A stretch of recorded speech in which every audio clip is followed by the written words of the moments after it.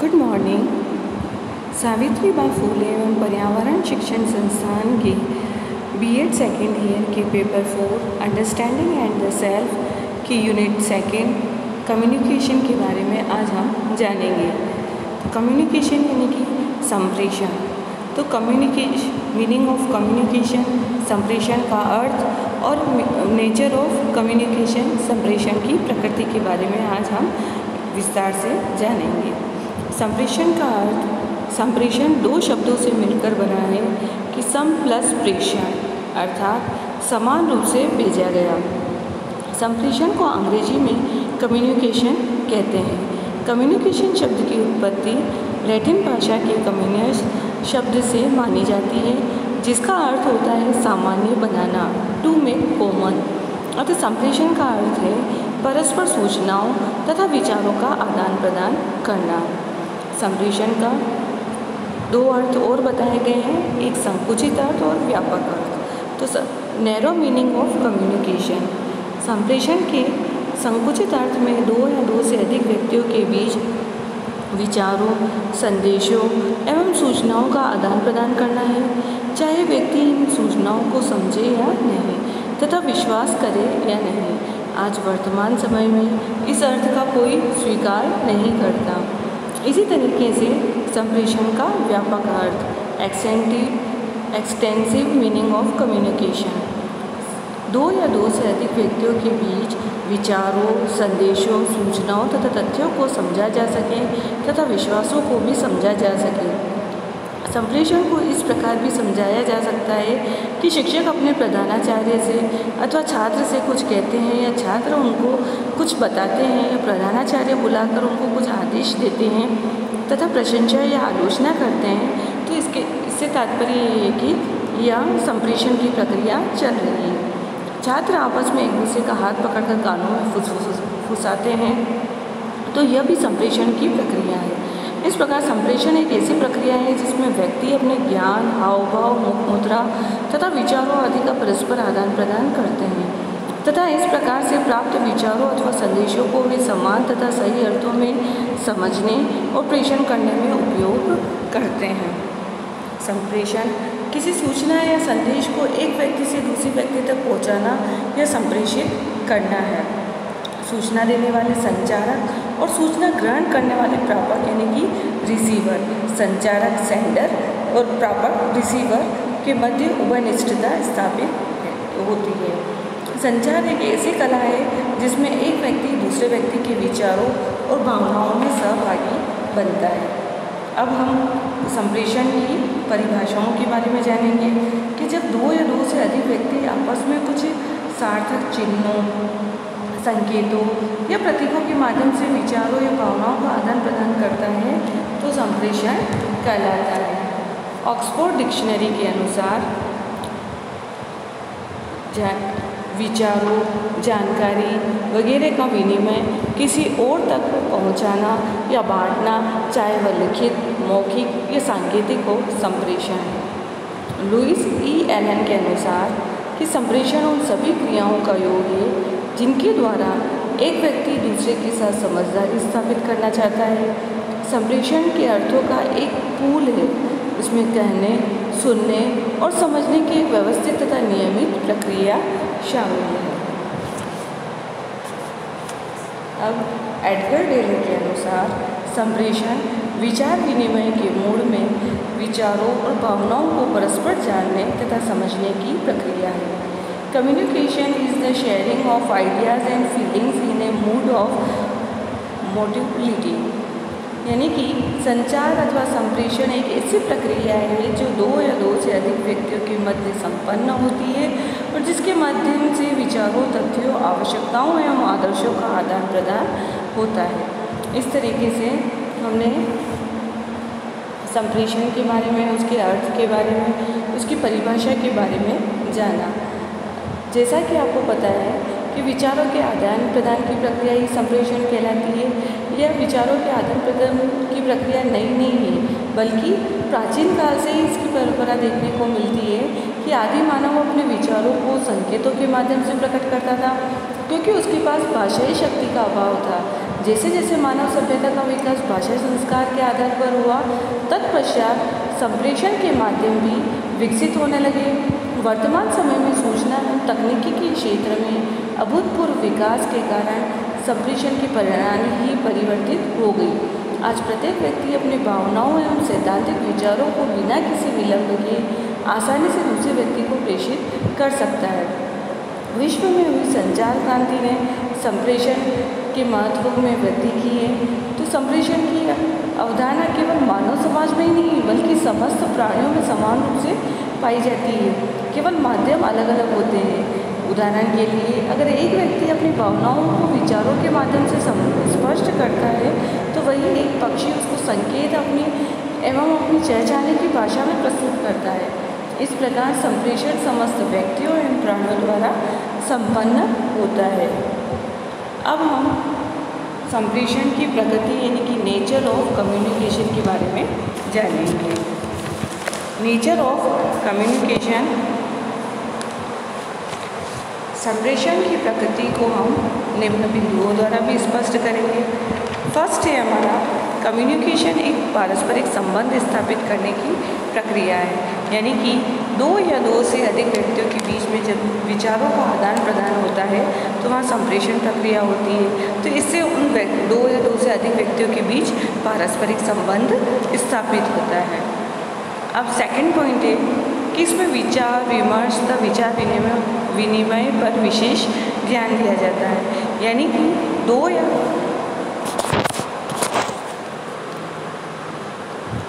दो से अधिक व्यक्ति जब संप्रेषण की प्रक्रिया करते हैं, विचारों का विनिमय विचारों के माध्यम से आदान प्रदान करते हैं, तब उनके विचार विनिमय पर विशेष ध्यान दिया जाता है कि वो क्या कहना चाह रहे हैं, वो किस टॉपिक पर बात कर रहे हैं। तो इस तरीके से विचार विमर्श और विचार विनिमय की विशेष ध्यान दिया जाता है।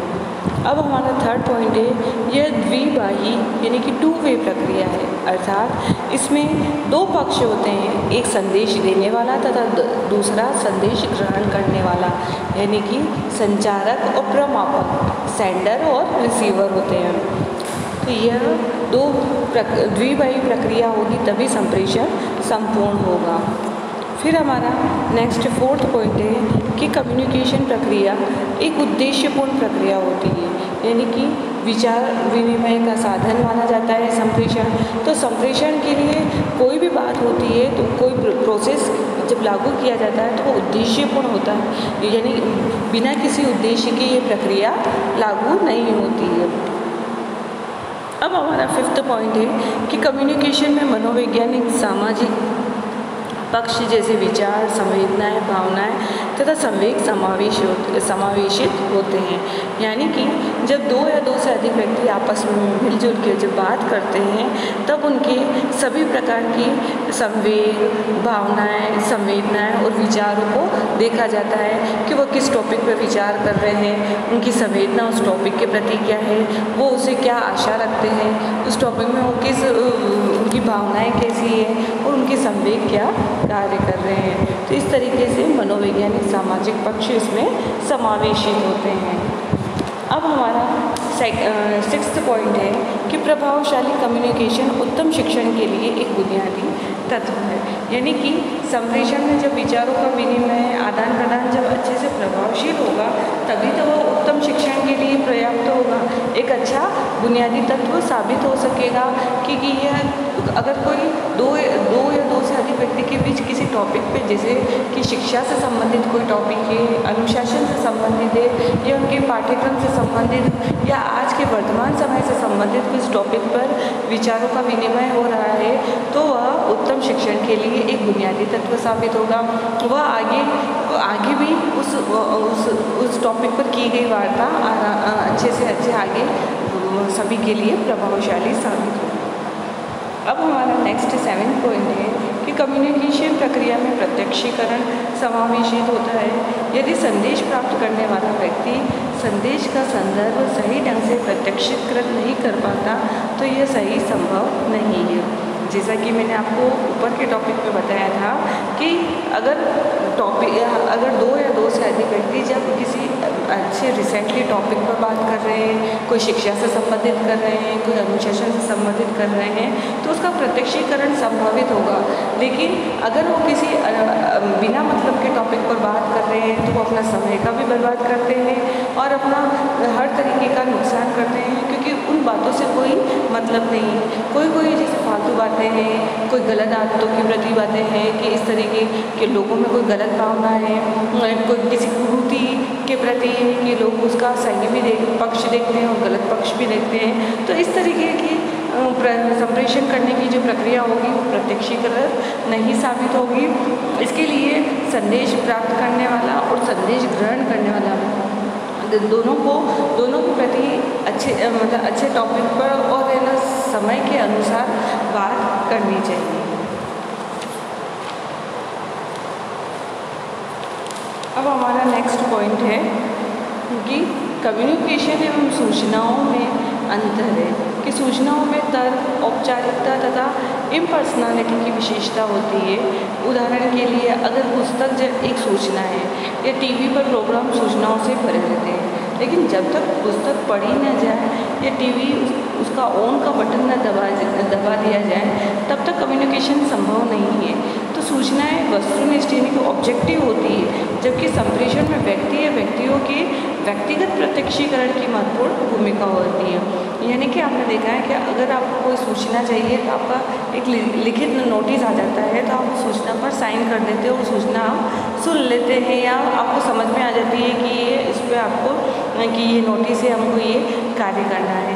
और अगर आप टीवी से कोई सूचना प्राप्त करते हैं लेकिन जब तक वो टीवी चलेगी नहीं तो आपको कैसे पता होगा कि इस टीवी में क्या सूचना आ रही है। तो आपको उसके लिए टीवी को ऑन भी करना होगा, उसका बटन दबाना होगा, जिसका चैनल चलाना होगा, तब जाके आपको उसकी सूचना प्राप्त होगी। नहीं तो बिना बंद टीवी की सूचना आपको कैसे पता चलेगी। तो इस तरीके से कम्युनिकेशन में भी यही है कि कम्युनिकेशन में कि दो से अधिक व्यक्ति जब आपस में विचारों का आदान प्रदान करेंगे, संदेशकर्ता के द्वारा विचारों को ग्रहण करना, विचारों को प्राप्त करना, तो इस तरीके से कम्युनिकेशन में भी संप्रेषण में व्यक्ति और व्यक्तियों के व्यक्तिगत प्रत्यक्षीकरण की महत्वपूर्ण भूमिका होती है। तभी तो वो आपस में जब बात करेंगे तो उस बात का पता लोगों के विचारों का पता चलेगा कि अगर उनको कोई टॉपिक पे वो बात कर रहे हैं तो इसमें किस प्रकार का कार्य करना है, ये कैसे हुआ, कि कोई घटना हुई तो कैसे हुई, उसका क्या कारण रहा, उसका परिणाम क्या रहा। इस तरीके से उसका प्रत्यक्षीकरण महत्वपूर्ण साबित होगा। फिर हमारा नेक्स्ट पॉइंट है कि कम्युनिकेशन में सामान्यतः व्यक्ति उन्हीं चीज़ों विचारों का प्रत्यक्षीकरण करते हैं जिनकी उन्हें अपनी व्यक्तिगत आवश्यकता, मूल्यों, प्रेरकों, परिस्थितियों या पृष्ठभूमि के अनुसार चाह या प्रत्याशा होती है। यानी कि आज के वर्तमान समय में कि लोग अपनी बातों को, अपने विचारों को उन्हीं टॉपिक पर बात करते हैं कि जो उनसे संबंधित हो, कि वर्तमान समय में उनके मूल्य, आवश्यकताएं क्या हैं, उनकी प्रेरक और अभी क्या कंडीशन चल रही है। जैसे कि अभी वर्तमान समय में कोविड-19 कोरोना की जो कंडीशन चल रही है तो उसमें सभी आम जनता बहुत अधिक परेशान है, सभी लोग परेशान हैं दुनिया के, क्योंकि उन्हें हर तरीके से उन्हें नुकसान हो रहा है। तो ये इस तरीके की महामारी है कि इसमें हर तरीके का नुकसान हो रहा है और इसमें ये कि घर में बैठकर स्वच्छता का ध्यान रखना है, किसी के टच नहीं करना है, न किसी से मिलजुलना है, न किसी से बात करनी है, अगर बात करो तो मुंह पे मास्क लगाओ, इस तरीके से। तो इन तरीके के जो वर्तमान समय में जो टॉपिक वर्तमान रिसेंटली जो घटनाएं हो रही है उन घटनाओं पर उनके व्यक्तिगत विचार होने चाहिए कि इसको कैसे दूर किया जा सकता है, इसके लिए आगे क्या प्रयास करने चाहिए, ये किस कारण से हो रहा है, इस तरीके से। तो इसमें परिस्थितियों को कैसे निपटा जा सके और हमें हमारे मूल्यों के अनुसार किस तरीके का लोगों की, जनता के प्रति कार्य करना चाहिए। तो इस तरीके की पृष्ठभूमि से भी लोगों में भी इच्छाएँ बढ़ती है और वो उन्हें जो समस्या होती है उसका समाधान भी उन्हें मिल जाता है। तो इस तरीके के टॉपिक पर विचार विनिमय करने से कि जो कम्युनिकेशन होता है वो सही साबित होता है और लोगों को जो चाह होती है, लोगों को जो इच्छाएं होती हैं, वो जो चाहते हैं वो कार्य उनके साथ हो तो वो उन्हें भी खुशी मिलती है। इस तरीके का संप्रेषण सही संप्रेषण लागू होता है। फिर हमारा 10 पॉइंट है कि कम्युनिकेशन मानवीय तथा सामाजिक वातावरण को बनाए रखने का कार्य करता है। यानी कि दो या दो से अधिक लोग जब मिलते हैं तो समाज का भी निर्माण होता है, तो समाज में सामाजिक वातावरण का भी निर्माण होता है, मानवीय वातावरण को भी बनाए रखने का कार्य किया जाता है। लोग आपस में मिलजुल जब खाली समय होता है तो वह अपने समाज के लोगों के साथ बैठकर विचार विमर्श करते हैं, परस्पर मेलजोल से आदान प्रदान की प्रक्रिया भी बढ़ती है। तो इस तरीके से मानवीय और सामाजिक वातावरण को भी बनाए रखने का कार्य करते हैं। अब हमारा नेक्स्ट 11 पॉइंट है कि कम्युनिकेशन के 4 मुख्य कार्य हैं। सूचना प्रदान करना, निर्देश अथवा आदेश या संदेश प्रसारित करना, परस्पर विचार जागृत करना, समन्वय स्थापित करना। यानी कि सूचना की जो बात करेंगे, जब आपस में व्यक्तियों द्वारा जो विचारों का विनिमय होता है, परस्पर विचार विनिमय होता है, तो उसमें सूचनाएं भी प्रदान की जाती है कि हमें आगे समाज में क्या कार्य करना है। तो इसके लिए सूचना निकाली जाती है ताकि जो दूसरे जो लोग हैं उनके पास भी वो सूचना पहुंच जाए और वो भी उस कार्य के प्रति अवगत हो जाए। फिर नेक्स्ट है निर्देश अथवा आदेश या संदेश प्रेषित करना। कि जो समाज के जो हेड होते हैं वो उनकी कमेटी बनाई जाती है, उन कमेटी में निर्देश बनाए जाते हैं, आदेश लागू किए जाते हैं और फिर उसका जो नोटिस निकाला जाता है वो सभी लोगों को संदेश प्रसारित किया जाता है ताकि सभी लोग उसको देख के, सुन के, समझ के और उस कार्य के प्रति अवगत हो सके और उस पर कार्य का ध्यान रख सके। फिर नेक्स्ट है परस्पर विश्वास जागृत करना। यानी कि लोगों में परस्पर मेलजोल की भावना बढ़ जाती है तो उनमें विश्वास भी बन जाता है और वो एक दूसरे पर विश्वास करना सीख जाते हैं कि इसने जो बात कही, सामने वाले व्यक्ति ने जो बात कही है वो सही कही है, उसने जो बात कही है वो सोच समझ के कही है, सभी के हित का ध्यान रखते हुए कही होगी। तो इस तरीके से व्यक्तियों का आपस में प्रेम और विश्वास भी जागृत होता है। समन्वय स्थापित करना, यानी कि सभी लोग मिलजुल कर जब कार्य करते हैं तो उनमें समन्वय स्थापित होता है कि हमें कोई समाज में, जैसे कि समाज में वृक्षारोपण का कार्य करना है तो सभी लोगों को टाइम निश्चित किया जाता है, तो सभी आपस में उसी निश्चित टाइम पर आकर सभी मिलजुल कर कार्य करने लग जाते हैं, सभी बराबर काम बांट लेते हैं, किसको क्या करना है, किसको क्या करना है। तो इस तरीके से परस्पर समन्वय की भावना स्थापित होती है। अब हमारा नेक्स्ट पॉइंट है कि कम्युनिकेशन की प्रक्रिया में परस्पर अंतर्क्रिया तथा पृष्ठपोषण होना आवश्यक होता है। कि कम्युनिकेशन की प्रक्रिया में परस्पर अंतर्क्रिया यानी कि इंटरेक्शन आपस में होना बहुत ज़रूरी है। इससे विचारों का आदान प्रदान अच्छे से होता है तथा पृष्ठपोषण यानी कि किसी की बात अगर किसी ने किसी टॉपिक पर अच्छी बात कही है तो उसको फीडबैक भी देना चाहिए। अरे आपने इतनी अच्छी बात कही, ये तो मैंने कभी सुनी नहीं थी, इसे सुनकर मन को अच्छा लगा। इस तरीके का फीडबैक देने से सामने वाले व्यक्ति में भी उस व्यक्ति के प्रति प्रेम भाव जगत होता है, सम्मान प्राप्त होता है। तो उसे भी लगता है कि अरे इन्होंने भी मेरा कितना सम्मान किया और मेरी बात को अच्छे से सुना, तो उसे भी अच्छा लगता है और सामने वाले को पहले से ही अच्छा लगा कि उसने इतनी अच्छी बात करी। तो इस तरीके से पृष्ठपोषण देने से व्यक्तियों का आपस में मेलजोल भी बढ़ता है और अच्छी परस्पर प्रेम सहयोग की भावना भी डेवलप होती है। अब हमारा 13 लास्ट पॉइंट है कि कम्युनिकेशन में विचारों या सूचनाओं को मौखिक यानी कि बोलकर, लिखकर अथवा सांकेतिक संकेतों के रूप में प्रेषित किया जाता है एवं ग्रहण किया जाता है। यही किस कम्युनिकेशन संप्रेषण की प्रक्रिया में कि विचारों या सूचनाओं को मौखिक रूप में भी बोलकर भी बताया जा सकता है, लिखा भी जा सकता है और संकेतों के माध्यम से भी बताया जा सकता है। ये कोई लोग ऐसे होते हैं जो नहीं समझ पाते हैं तो उन्हें संकेतों के माध्यम से बताया जाता है तो भी वह समझ जाते हैं। जैसे कि कोई विशेष वर्ग वाले जो बच्चे होते हैं तो उन्हें संप्रेषण के लिए विचारों का आदान प्रदान करने के लिए संकेतों का उपयोग किया जाता है। तो उन्हें बहुत जल्दी ही उन संकेतों के माध्यम से वो जान जाते हैं कि सामने वाला क्या कहना चाह रहा है। तो इस तरीके से संप्रेषित ग्रहण किया जाता है। धन्यवाद।